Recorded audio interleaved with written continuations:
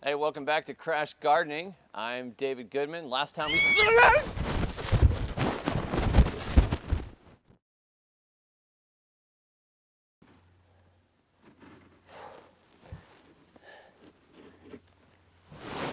Oh, we're still recording.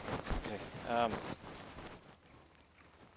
So my food forest here. Got this is kind of area I've worked on a little harder than the other side.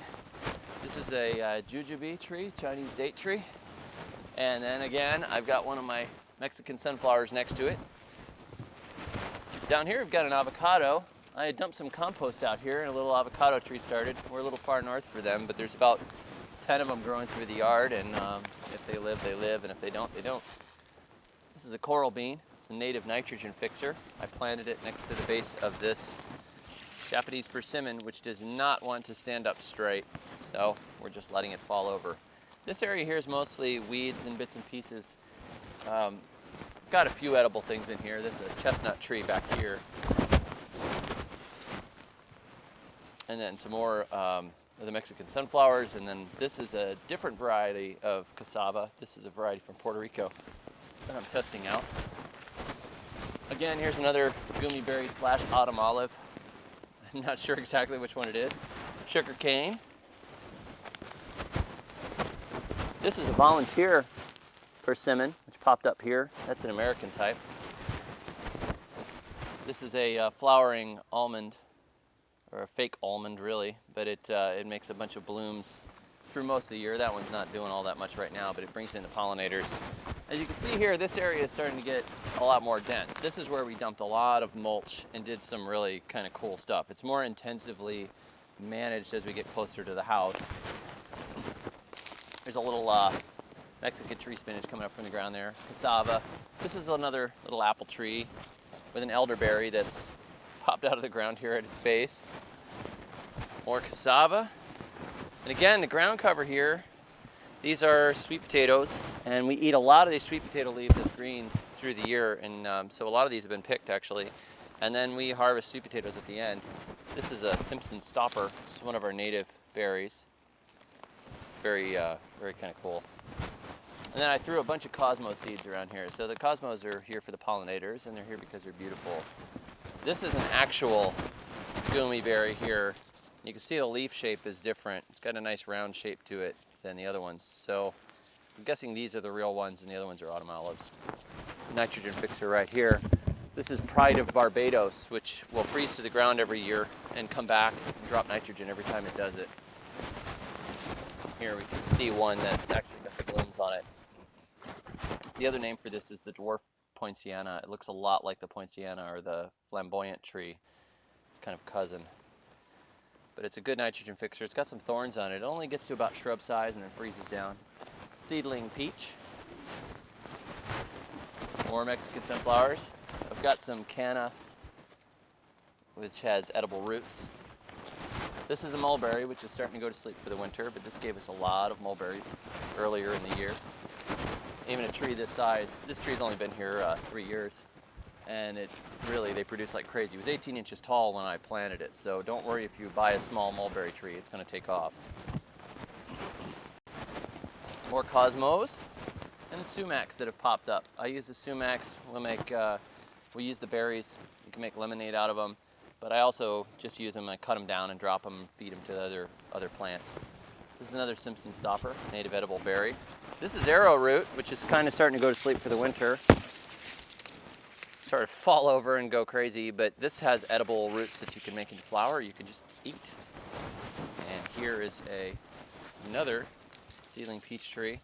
There were loofah gourds growing all through this area. Here's one. This is just a little one. This is actually the cousin of the loofah that we use for sponges. This one is better as an edible. It's really hard to get the sponge out of the middle of it. This is one of our native beauty berries. Got another type of canna here. More yacon. There's some squashes that have planted themselves. They didn't really want to produce anything, but they covered the ground, so that counts for something. More sugar cane here. This is one of our native plums. This is a Chickasaw plum, and that's the first tree I planted is in the middle, but it suckers and it makes baby plums all around it. And I'll show you something cool I did, which you've probably seen at floridasurvivalgardening.com. If you ever read that site, that's my site where I post pictures and things of the various experiments I do. But this is a University of Florida variety of plum that I grafted onto this. I don't know if I broke any copyright laws by doing that. It was an experiment, but you see here, this is my graft point from the spring. I did this in February. This is the Chickasaw plum. You see the way the leaves look on this. And then if you look at the leaves on this, they don't even look like they're the same plant or the same species, really. But you can see the similarities if you look closer. But it was interesting because it was just one of the shoots sticking out of the ground. I grafted a little piece of bud onto it, and this is how much it's grown just since February. So that's one that took. I did 5, and that was the only one that took. Just kind of a cool experiment. Another pomegranate tree from a cutting. Pomegranates grow pretty quickly from cuttings.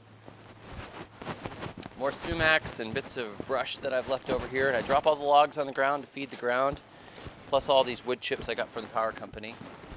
This is a Leucaena tree, which is also called false tamarind. It's got a bunch of different names, but it's a very good nitrogen fixer. Freezes to the ground off and on, comes back, and it is feeding this plum tree right here. So this one gets cut and dropped a few times during the year. It's an invasive further south in Florida. Up here it doesn't seem to be. And that's kind of the round on that side. The other side of my yard is kind of a mess. I'll show you something here. Look at this. Sweet potatoes, just all over the place. I've got them. Stick a few in here and there, and I can go and pull sweet potatoes from the ground. And as these trees get bigger, I will have sweet potatoes on the ground, and I will also have fruit up in top of my trees. So you're actually eating at multiple layers, which is what's great about a food forest. You can eat from the canopy, you can eat from the shrubs, you can eat from the ground, and you can even grow mushrooms and other things in between. So that's kind of what's going on right now. You can see it's a pretty beautiful system. And show them the glorious vista. From the road, it looks like I just don't take care of my yard, but as you get further back in here, there's really a lot of food. There's a lot of cool stuff going on, and a lot of trees that are kind of growing into maturity. And in a few years, I'm really looking forward to seeing the abundance that comes out of here. We're already harvesting and enjoying quite a bit. So go ahead, plant a food forest. Grab some trees, grab some shrubs, grab some ground covers. You'll have food up here, you'll have food in the middle, you'll have food at the bottom, and you'll create a complete ecosystem.